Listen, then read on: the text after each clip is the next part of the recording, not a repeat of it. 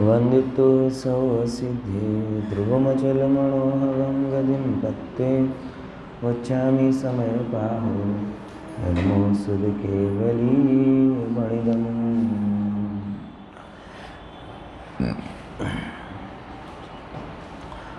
नित्य कर्तृत्व का प्रसंग आ सकता है।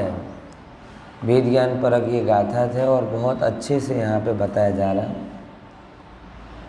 3 स्तर से अपने आप को समझना है गहराई से। सबसे पहले नंबर का स्तर ये कि पर द्रव्य को किसी भी रूप में नहीं करता। एक बात, घट पट रथ आदि को नहीं करता। क्यों? क्योंकि ऐसा करे तो उस रूप हो जाए, तो पर द्रव्य रूप हो जाएगा तो जीव जड़ हो जाएगा। ठीक, पर अपनी पर पर्याय रूप तो होता है? क्रोधादि भाव रूप तो होता है। तो यहाँ जोर यहीं से कह रहे हैं कि क्रोधादि स्वरूप भी नहीं होता। कारण क्या? क्योंकि वो विभाव है और क्षणिक। अब दूसरी आपत्ति, अगर आत्मा परभाव रूप हो जाए तो क्षणिक हो जाए, नष्ट हो जाए। दूसरी आपत्ति ख्याल में आ गई। पर द्रव्य रूप हो जाए तो जड़ हो जाए, पर भाव रूप हो जाए तो क्षणिक हो जाए, और निमित्त कर्ता मानने में आए तो नित्य कर्तृत्व का दोष है। नित्य कर्तृत्व मतलब हमेशा कार्य हो, हमेशा कार्य होता रहे। जिस कार्य का आप जिस निमित्त से कर्तृत्व मानेंगे, हाँ, तो वो निमित्त जब जब आएगा तब तब वो कार्य होने का प्रश्न बनेगा। बोलो, विचार करो। अपना ऐसा कभी हुआ कि एक व्यक्ति को देखकर इस पर्याय में, अनादि का तो पता नहीं, जब जब आया तब तब द्वेष ही भाव हुआ, या जब जब आया तब तब राग ही भाव हुआ। आप अगर कह सो कि भाई ये राग होने में या द्वेष होने में ये व्यक्ति निमित्त है, तो ऐसा कभी धारावाहिक रूप से हुआ ही नहीं है। एक व्यक्ति को देखकर आपने जन्म से लेकर मरण तक राग ही किया हो, ऐसा कोई व्यक्ति नहीं बना। और जिस व्यक्ति को देखकर जन्म से मरण तक द्वेष ही किया हो, ऐसा नहीं बना। कभी राग हुआ, कभी द्वेष हुआ, कभी उपेक्षा भाव हुआ, कभी अहो भाव हुआ, कभी कुछ हुआ, कभी गुस्सा आया, कभी कुछ। मतलब हमने कहा कि ये व्यक्ति को देखकर द्वेष हुआ, यानी ये व्यक्ति मेरे द्वेष में निमित्त है, ये व्यक्ति मेरे राग में निमित्त है। लेकिन कहाँ निमित्त बराबर रहा? बोलो, समझ में आया कि नहीं आया? पूरा वैवाहिक संबंध देख लो, आप अपने माता पिता के संबंध देख लो, कोई भी संबंध देख लो, हर समय उतार चढ़ाव होते हैं। यानी क्या समझ में आ रहा है? लोगों को लगता है, अभी तक यही लगता है, इस व्यक्ति के कारण राग द्वेष हो रहा है। भाई ये सत्य नहीं। खाने की कोई चीज को देखकर राग द्वेष होता है, एक से ही होता है क्या? बताओ। पहली बार खाओगे तो अलग राग होगा, उसी चीज को 2 बार खाओगे तो अलग होगा, फिर पेट भर जाने के बाद खाओगे तो अलग का द्वेष में बदल जाएगा। है कि नहीं ऐसा? कोई चित्र पिक्चर देख लो, कोई काम कर लो, हर एक काम में ये भाव है। यानी अगर उस व्यक्ति से या वस्तु से नैमित्तिक रूप में आपके अंदर राग द्वेष हो रहा है, ये माना जाए, तो सबसे बड़ी आपत्ति क्या आएगी कि एक जैसी वस्तु से एक जैसे भाव होने चाहिए, जो कि कभी होते नहीं। पहली बार की मेहनत की कमाई 500 रुपए में भी आई थी, वो जितना आनंद देती थी, आज वो 5 लाख भी आनंद नहीं देते हैं। क्यों? क्योंकि प्रथम था। अब अगर कोई कहे दिन भर की कमाई तेरी 500 रुपया है, मजाक कर रहे होगा। 500 तो हमारा पॉकेट मनी है, घर कैसे चलाएंगे? मतलब समझ में आया कि नहीं आया? जो 500 रुपये आनंद देते थे अब नहीं देते, और आज जो आनंद दे रहा है कल नहीं देगा। ये इतना महत्वपूर्ण और परम सत्य है कि व्यक्ति जब ये जान जाए तो उसके पास में पर के प्रति उपेक्षा के अलावा और कोई साधन बचता ही नहीं है। सत्य क्या है और हम क्या सत्य समझ रहे हैं, इन दो के बीच के अंतर को गहराई से समझ लो। हम ये समझ रहे हैं, अब समझना कि अमुक व्यक्ति के कारण राग देश हो रहा है, अमुक वस्तु के कारण राग देश हो रहा है, इसीलिए राग देश नहीं करना है तो उस व्यक्ति वस्तु को हटा दो। सही है ना? तू सामने आता है तो गुस्सा आता है, नहीं भाई। तू सामने आता है तो राग आता है, नहीं भाई। तो सत्य क्या है?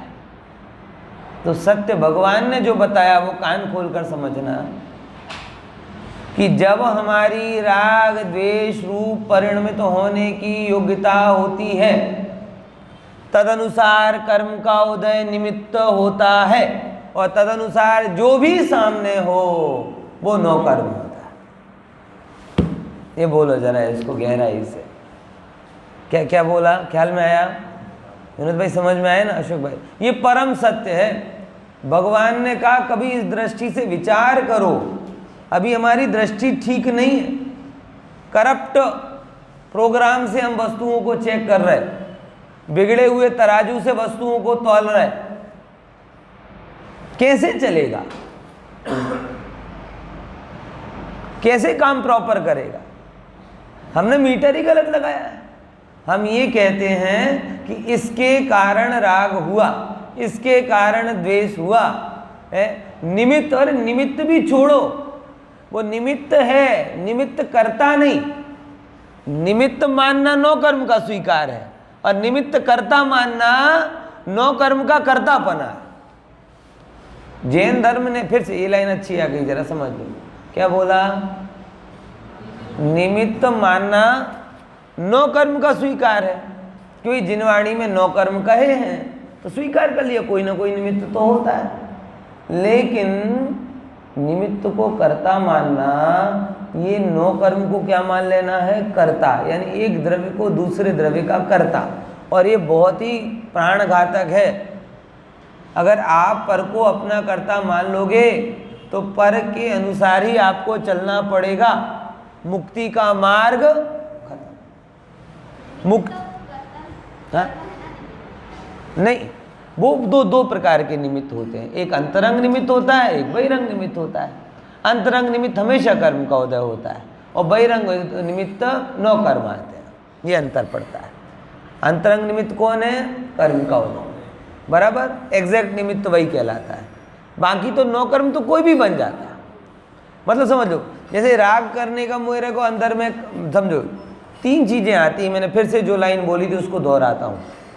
राग करने की योग्यता, एक्चुअल कारण क्या रहा कि इस द्रव्य की इस समय रागादि रूप परिणमित होने की योग्यता है। एक बात। अब नियम आएगा, वस्तु व्यवस्था का नियम, कि राग स्वभाव तो है नहीं, यानी जब इसकी राग रूप परिणमित होने की योग्यता होगी तब अंतर में कर्म का उदय और बाहर में प्रत्यक्ष या अप्रत्यक्ष रूप से नौ कर्म का विचार या संयोग होगा ही होगा। फिर से क्या बोला? जब अंतर में कैसी योग्यता होती है? राग करने की योग्यता हो। अब फिर प्रश्न है, राग अपने आप होता कि अन्य की सहायता से होता? अपने आप होता। अपने आप होगा तो स्वभाव कभी नष्ट नहीं होगा। यानी राग के होने में कंपलसरी 1001% क्या होगा? कर्म का उदय होगा और होगा। अब यहाँ पे थोड़ा पेंच चलता है, अंदर में आता है कर्म का उदय, बराबर।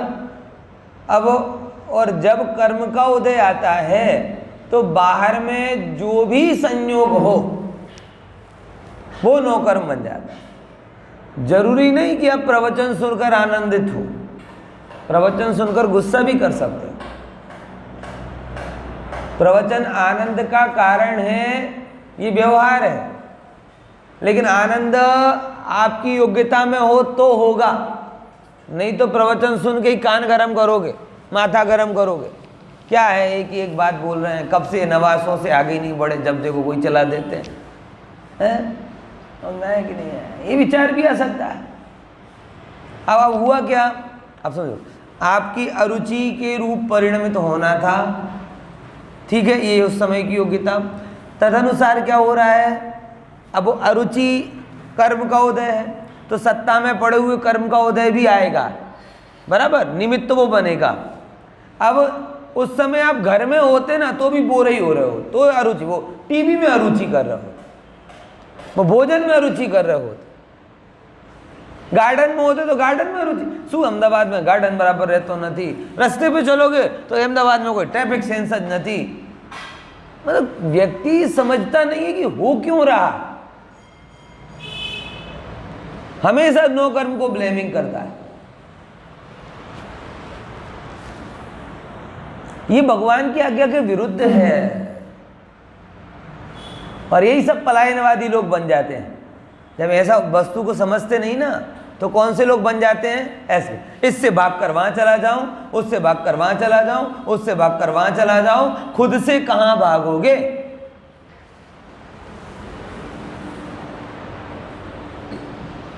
मुझे ये बताओ, खुद के कर्मोदय को भी कहीं पे जमा करके जाओगे क्या? खुद के कर्मोदय को भी कहीं होली में जला कर जाओगे क्या? खुद से कैसे भागोगे, इतना तो बता दो। और जो कुछ हो रहा है वो तो अंदर ही हो रहा है, बाहर का जो है वो तो रिफ्लेक्शन है।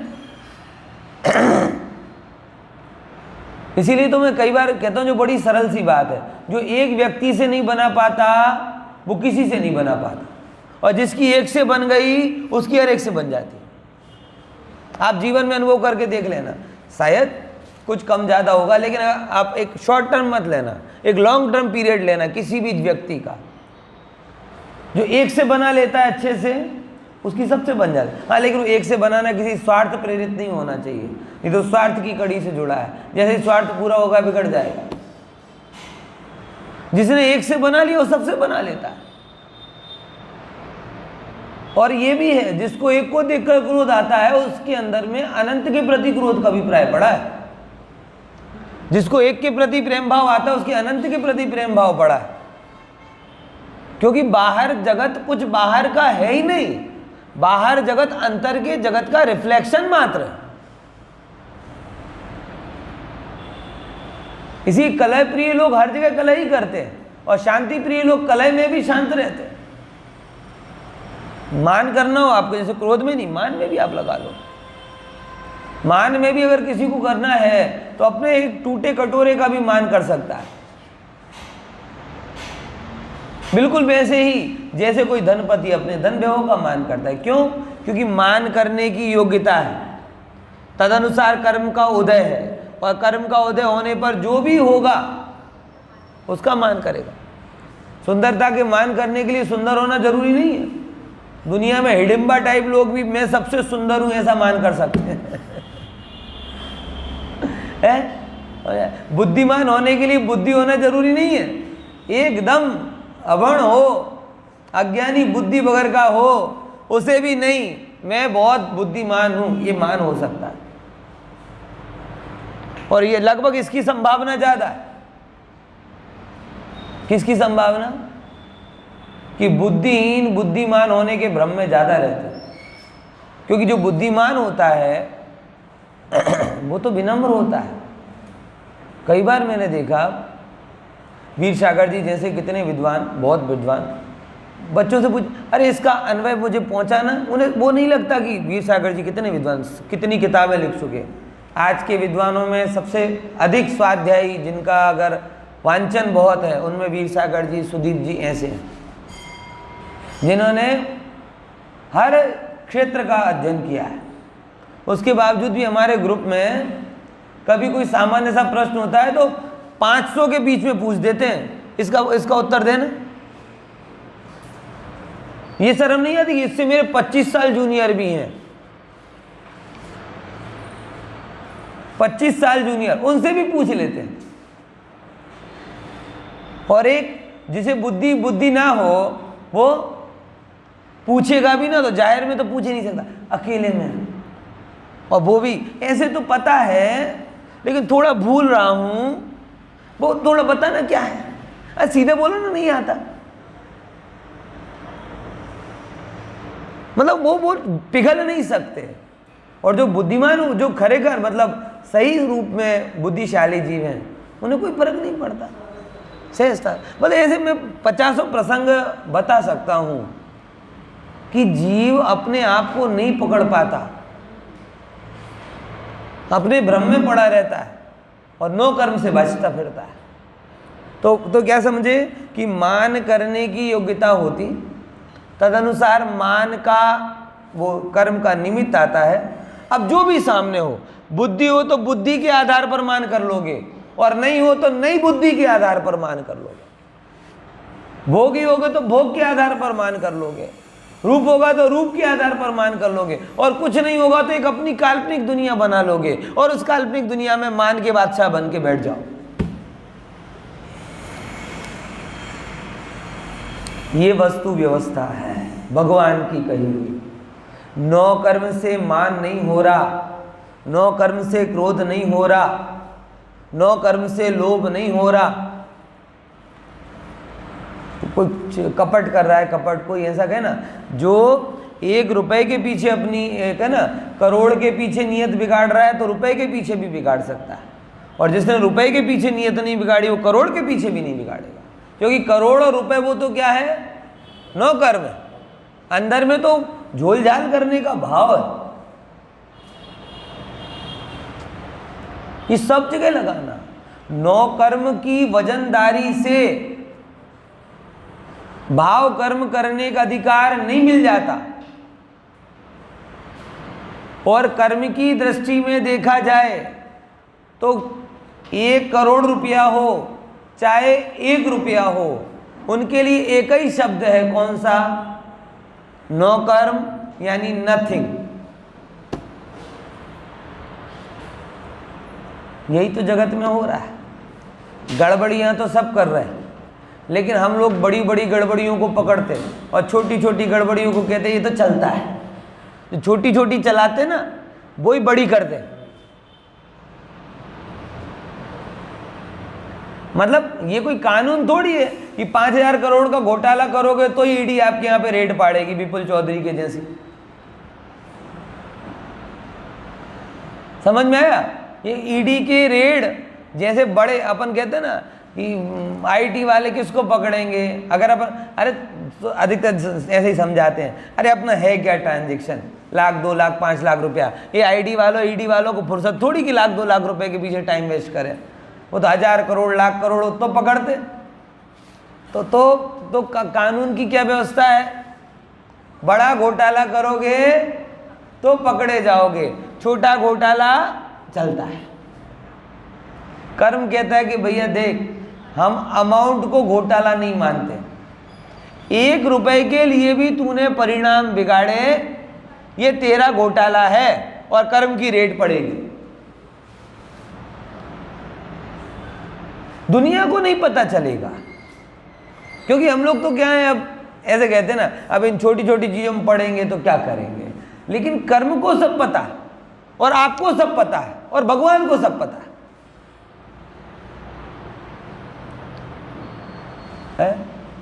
समझ में आया? क्या समझे? किसको पता है? 3 जगह पता है।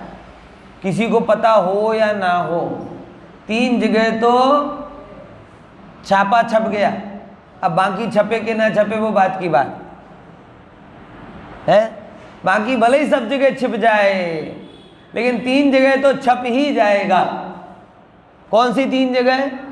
एक तो सबसे पहले छपा आपके अंदर में, दूसरे नंबर छपा कर्म के अकाउंट में, और तीसरे नंबर छपा केवली के ज्ञान में।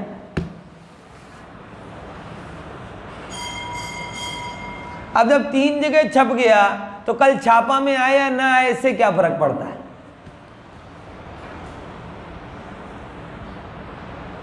अपने को तब पापी मानना है ना जब छापा में आ जाए। क्या जाए? छापा में आ जाए। भाई ये सामाजिक व्यवस्था है, कानूनन व्यवस्था है, धर्म की व्यवस्था नहीं।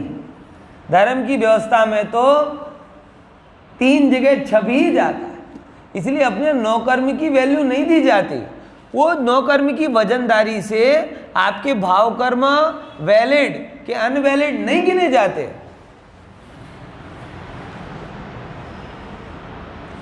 वो 1 रुपए का झोल झाल करके भी अनंत गुना कर्म बांध ले।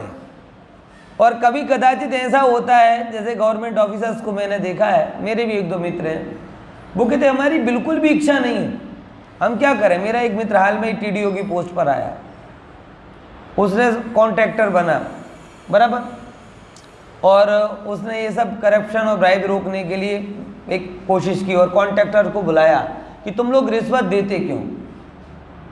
तो उसने बड़ी प्रैक्टिकली, मतलब रोते रोते उसने ये बात कही कि देखो यार, वो कॉन्ट्रैक्टर बोलते हैं कि जिस कॉस्ट की प्राइस 100 रुपये है, अगर हम 100 भरेंगे तो वो कभी टेंडर आए, उसकी 100 से कम बन ही नहीं सकता जो क्वालिटी मांगी है। तो हम क्या करते हैं, टेंडर में हम 85 रुपये भरते हैं। क्या भरते हैं? 85 रुपये भरते हैं और 80 का सामान यूज़ करते हैं। और जो 5 रुपये, मतलब ये प्रोपोर्शनल बोल रहा हूँ, है ना, 5 रुपये का नहीं होता, वो 5 में 500 करोड़ लाख जितना भी हो, बराबर, तो वो हम रिश्वत में देते हैं। और रिश्वत में देते हैं तो वो यहाँ से लेकर, आपसे लेकर ऊपर तक जाता है। तो उसने क्या किया, उसने बोला कि नहीं मैं नहीं लूँगा, तो उसने फाइल साइन करना बंद किए, तो उल्टा उसको फंसा दिया, बोले ये ज़्यादा रिश्वत मांगते हैं इसलिए फाइल नहीं कर रहे। तो अब मैं क्या करूँ, मैंने मैं क्या बोलूँ। तो उसने, मैंने एक रास्ता निकाला है कि जो भी ऐसा पैसा आता है मैं मेरे उपयोग में नहीं लेता। मैंने एक चैरिटेबल ट्रस्ट बना दिया है, वो पूरा पैसा उसमें डाल जाता है और उससे फिर जो सत्काम करना है तो कर। अब बता, अब मेरे से पूछे कि क्या ठीक किया, मैंने कहा भाई तेरे अभिप्राय में कोई दोष नहीं है, इतना तो पता चला, और तुझे उसका उपयोग भी नहीं करना, बाकी उस व्यवस्था में है, उस व्यवस्था कर। अब कम ज़्यादा दोष उस प्रकार से हो जाएगा। तो कहने के लिए क्या हो रहा है, लाखों करोड़ों रुपए उसके अकाउंट में जा रहा है, लेकिन तो भी उसके अंदर में उसके प्रति ऐसा भाव नहीं है, और 1 रुपए भी कोई ले रहा है तो उसके अंदर में करोड़ों का पाप लग रहा है। अब नौकर्म की वैल्यू देखने जाओगे तो आपको लगेगा इसने 5 करोड़ की रिश्वत ली और इसने 5 रुपए की रिश्वत ली, लेकिन 5 करोड़ की रिश्वत उसे लेने का भाव नहीं था, और ये 5 रुपए उसके पड़ा लेने का भाव था। काम कर रहे हैं, मफत में थोड़ी करें, कुछ नहीं तो चाय पिलाओ। क्या बोला? तो ये कुछ नहीं तो चाय पिलाओ ना, ये जो भाव है ना, ये अनंतानुबंधी का कारण है। अब कहने के लिए देखो चाय की कीमत क्या, 5 रुपए, लेकिन उसके पीछे मूल में क्या भाव कि ऐसे थोड़ी करेंगे, कुछ तो लेंगे, ये अनंतानुबंधी का भाव। अब वो व्यक्ति भले ही 5 रुपए का गड़बड़ करे, लेकिन उसके अंदर में भाव कर्म अनंतों का पड़ा है। उसे केवल क्यों ये मौका नहीं मिल रहा, क्योंकि उसके ऐसे पुण्य का उदय नहीं, उस पद पर नहीं है कि वो ये झोलझाल कर सके, इसलिए 2-2, 5-5 रुपए का काम कर रहा है। अंतर समझ में आया कि नहीं आया? कपट करने के लिए, भ्रष्टाचार करने के लिए कोई पद होना जरूरी नहीं, और ज़्यादा अमाउंट में भ्रष्टाचार का अमाउंट आया तो ज़्यादा कर्म बंधे, और कम में आया तो कम कर्म बंधे, ऐसा भी नहीं है। क्योंकि वो मनी है ना, पैसा, वो है नौकर्म, और बंधने का कारण वो नहीं, बंधने का कारण वो भाव।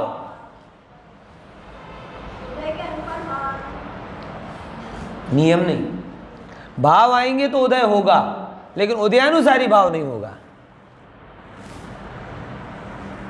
अंतर ख्याल में आया? उदयानुसारी भाव कर्म की सत्ता को स्वीकार कर लेता है कि मतलब जैसा उदय आएगा वैसा भाव, मतलब तीव्र उदय आया तो तीव्र ही भाव होगा, ऐसा नहीं है। उदयानुसारी भाव नहीं होते, क्योंकि ऐसे होंगे तो कर्म जीव को नचाएगा। हाँ, भाव होंगे तो उदय जरूर होगा। यही तो अंतर है निमित्त में और निमित्त कर्ता में।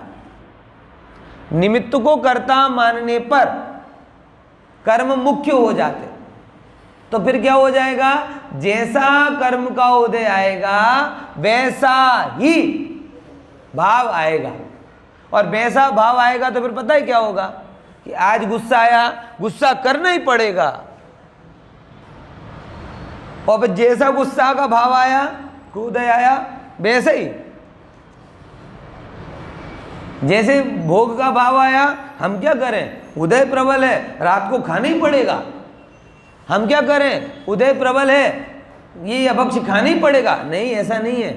इच्छा भी हो सकती है, लेकिन उसके अनुसार भाव आपके होते हैं। समझो, भाव की तीव्रता या मंदता उदय के अनुसार नहीं होती, मोह के अनुसार होती। ये जैन धर्म के सूक्ष्म रहस्य हैं भाई साहब, और ये सूक्ष्म रहस्य नहीं, मोक्ष की चाबी है। जिनको ये रहस्य का पता नहीं, वो तड़प रहे कठपुतली बन के। आएगी नहीं ये बात ख्याल में? क्या ख्याल में आ रहा है ना?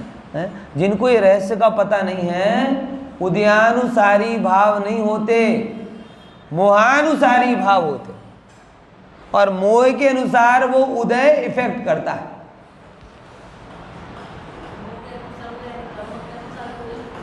मोह परिणाम, मोह उदय नहीं। मोह कर्म भी है और मोह परिणाम भी। जो अंदर में पर पदार्थों के प्रति मूर्छा का परिणाम है, पर पदार्थों के प्रति एकत्व, अपनत्व, ममत्व का परिणाम है, वो मोह भाव। जिसका जितना प्रबल होगा, अल्प उदय भी उसके लिए महान बंध का कारण बन जाएगा। और जिसका ये मूर्छा का परिणाम जितना मंद होगा, महान उदय भी उसके लिए क्या हो जाएगा, अल्प बन जाएगा। मतलब सुई का सुमेरु और सुमेरु का सुई।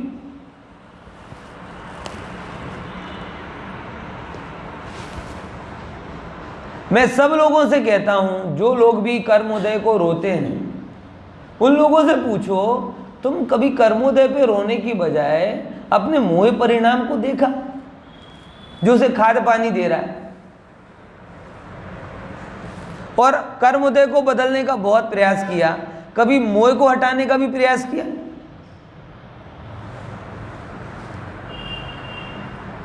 है? और मोह मंद कैसे होता है? मोक्ष में प्रकाशक पढ़ा है ना 7वां अध्याय, सम्यक तो सन्मुख। तो कौन सी बात बोली? तत्व विचार करने से जब पदार्थ इष्टनिष्ठ भाषित नहीं होते, तभी मोह मंद होता है। ये नियम बोला। व्रत उपवास करने से गारंटी नहीं बोली, दान आदि देने से भी नहीं बोला, पूजा पाठ आदि करने वाले से भी नहीं बोला, क्योंकि अंदर में महान मोह पड़ा हो, वो भी ये सब कर सकता है। इसमें कोई दो राय नहीं। बहुत अच्छी पूजा कर रहा है, सिद्ध चक्र पूजा कर रहा है, कल्पद्रुम पूजा कर रहा है, लेकिन अंदर में भाव क्या पड़ रहा? इस पूजा का फल क्या होगा? भुक्ति मुक्ति दातार, 24 जिन राजभर, कि जगत में पुण्य उदय हो तो क्या करो? अब ये तो व्यापार हुआ। बहुत तप का आचरण कर रहा है, एक स्त्री को भी छूता नहीं, लेकिन अंदर में क्या वासना पड़ी हो कि ये तो शरीर जाने ही वाला है, अगली देवक की पर्याय में जाऊंगा, वहां क्या हो जाएगा, सब देवांगनाएं मिलेंगी। तो यहाँ पे भोगों को छोड़ रहा है, वहां मान भोगों को सोच रहा है। तो ऐसा तो हम व्यापार में भी करते हैं। सीजन के टाइम पे खाना पीना, घर गृहस्थी, भोग विलास सब छूट जाता है, है? तो कोई संयमी थोड़ी हो गए। वो तो इसके लिए है कि अभी सीजन में कमा लेंगे, फिर बाकी के 10 महीने क्या करेंगे, बढ़िया मजे से खाएंगे, भोग विलास करेंगे। तो ये तो व्यापार हुआ।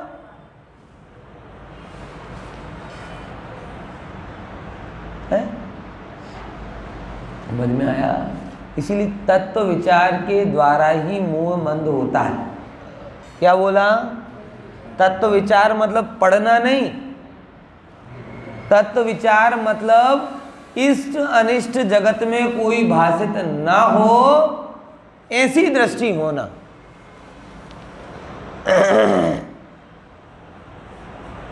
बोलो, सरल काम है कठिन काम? देखो, बाहर की क्रिया करना सरल है,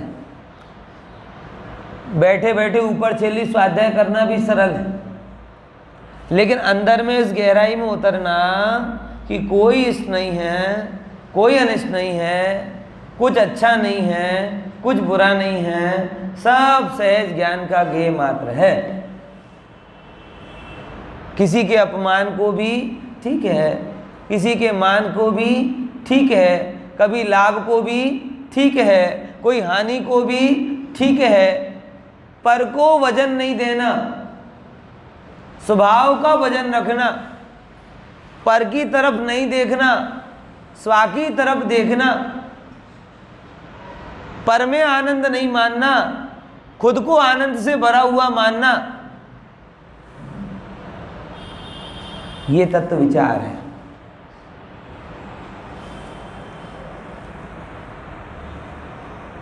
समझ में आया? ये तत्व विचार है, ये ग्रंथि भेद है अंदर का। जब तक ये गांठ नहीं खुलेगी तो वो आपका जो आगे का मार्ग वो नहीं हो पाएगा। इसीलिए कभी भी जो व्यक्ति कर्म उदय को रोता हो, वो व्यक्ति निमित्त को रो रहा है। क्या बोला? जो कर्मोदय को रो रहा हो, वो किसको रो रहा है? निमित्त को रो रहा है, निमित्त को कर्ता मान रहा है, और निमित्त को कर्ता मानने वाला पर सन्मुख है मिथ्या दृष्टि।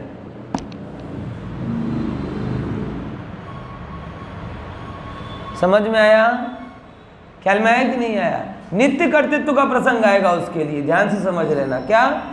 नित्य कर्तृत्व मतलब जब जब भी कर्म का उदय आएगा, जो आज रो रहा है वो कल भी रोएगा, वो परसों भी रोएगा, वो नरसों भी रोएगा, वो एक दिन रोए बिना नहीं रहेगा। हाँ, रोने के विषय बदलेंगे उसके, कभी कपड़े के लिए रोएगा, कभी परिवार के लिए रोएगा, कभी शरीर के लिए रोएगा, कभी पैसे के लिए रोएगा। रोने वाला रोएगा ही।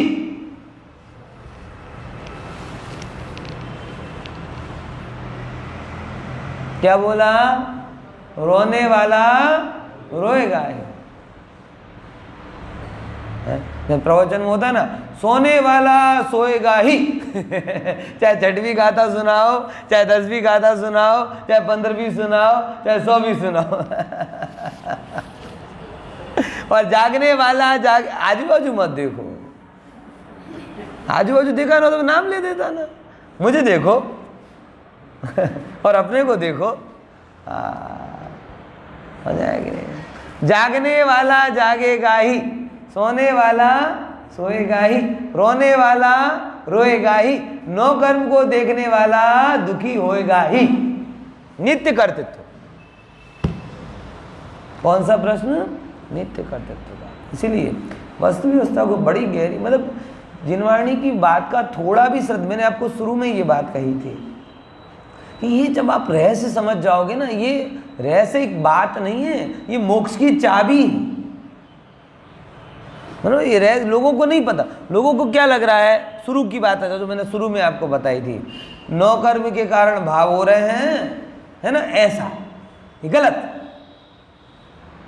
इस परिस्थिति के कारण ये हो रहा है, इस परिस्थिति, ये गलत, भगवान की आज्ञा के विरुद्ध। होता क्या है, जब हमारी उस पर्याय में रागादि करने की योग्यता होती है, तब क्या होता, कर्म का उदय होता, और कर्म का उदय आने पर वो परिणाम होते, और उसमें जो भी नौ कर्म हो वो चल जाता। जैसे हर माँ को अपना बेटा सुंदर लगता है। वो कहावत आती ना गुजराती में, सीधी भाई ने है सीधी, हाँ, सिद्ध का भाला, सीधी भाई ने सिद्ध का भाला। मतलब कोई नीग्रो भी हो, उससे पूछा जाए कि जगत में सबसे सुंदर कौन है, तो उनका बेटा, और उसमें कोई गलत नहीं है। कारण क्योंकि वो बेटा तो नौकर्म है। अब मातृत्व तो होते ही इसके अंदर में वाल उत्पन्न होता है, वात्सल्य उत्पन्न होता है, बराबर। अब वात्सल्य होने की योग्यता होती है, अंदर में कर्म का उदय आ गया। अब जो भी नौकर्म के रूप में आया, जो भी नौकर्म के रूप में आया, अभी मैं जबलपुर में जिनके यहाँ रुका था, उनकी बच्ची थी, सिया नाम था, बहुत बढ़िया, अच्छी प्यारी बच्ची, लेकिन थोड़ी श्याम वर्णी थी। माँ उसे कह रही कि बेटा तू एक, तो क्या ना, एक मुझे ही तू सबसे प्यारी लगती।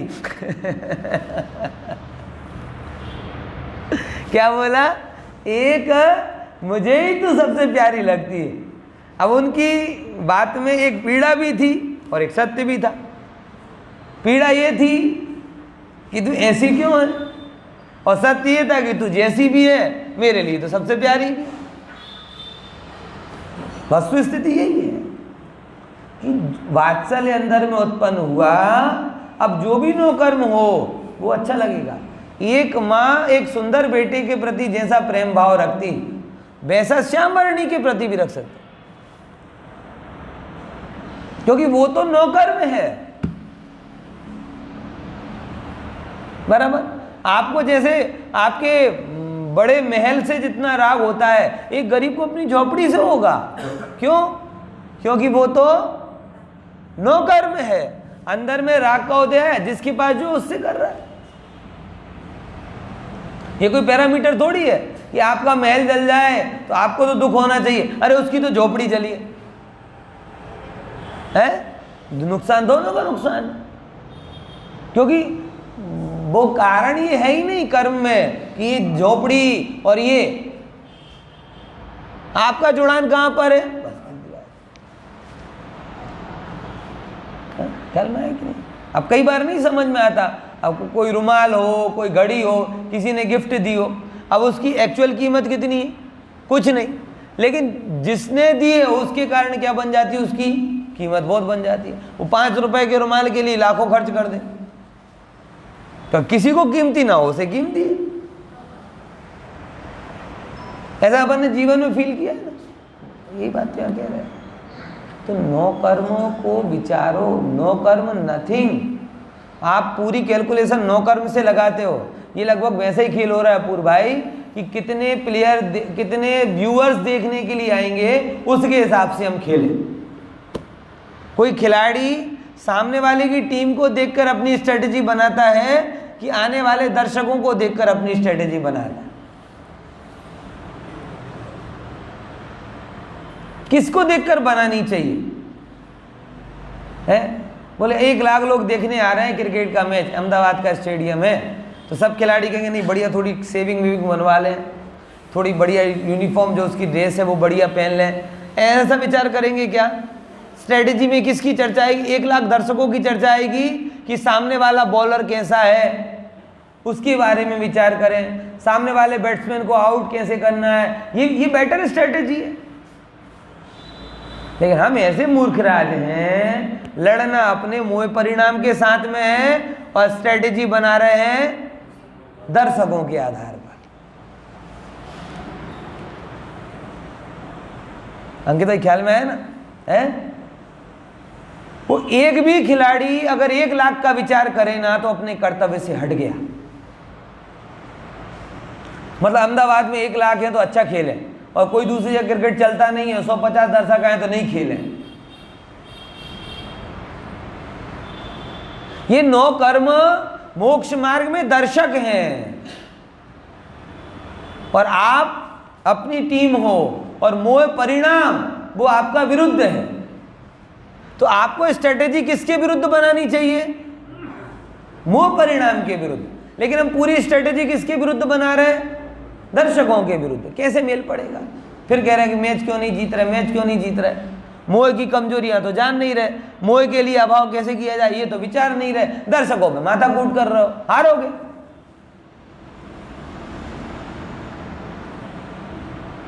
ये रहस्य है भाई साहब।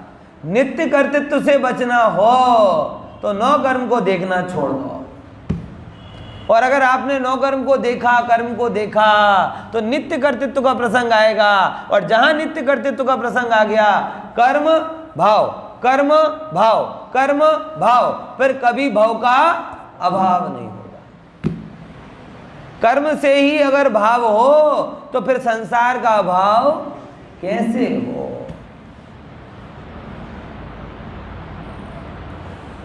आई कि नहीं बात समझ में, ख्याल में आया कि नहीं? तो इसीलिए विचार करना, तत्व विचार, तत्व विचार। कोई इष्ट नहीं, कोई अनिष्ट नहीं, कोई अच्छा नहीं, कोई बुरा नहीं, कोई अपना नहीं, कोई पराया नहीं, कुछ भी कुछ नहीं है, बस सब भिन्न है मेरे से और मैं उनका ज्ञाता दृष्टा मात्र हूं।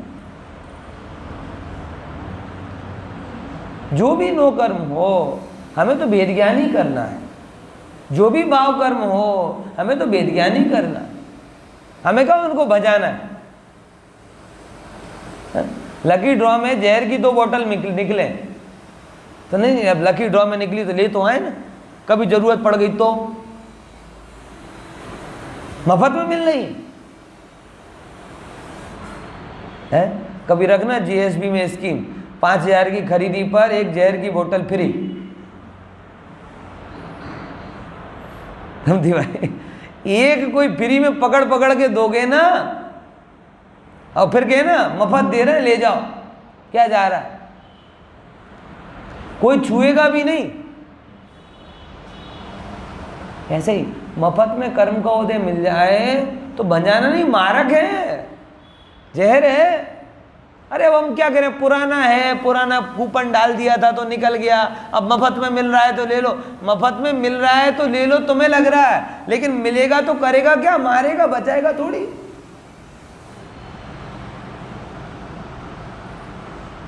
तो मफत में जहर मिले तो क्या ले लिया जाता है। ऐसे पूर्वगत पुण्य के उदय में कोई विपरीत सामग्रियां मिली तो क्या उपयोग कर ली जाती हैं क्या, नित्य कर्तृत्व तो थोड़ी है। कोई भी समझदार बोले कि जहर वहर चीजें तो घर में होनी नहीं चाहिए, फिर कहेगा परिणामों की विचित्रता देखो, पता नहीं आज चीखे कल के दिन बिगड़ गए और सामने हो तो उल्टा पुल्टा कर जाए तो। इसीलिए ऐसी चीजों को कोई समझदार अपने घर में रखता नहीं। देखो परिणामों की नश्वरता ख्याल में आई ना। ऐसे ही यहां पर भोग सामग्री जब भी आए वो महान जहर, क्यों, लाके रख लेंगे कुछ नहीं होता, परिणामों की विचित्रता। इसलिए जैसे जहर से बचते हो वैसे इनसे बचो,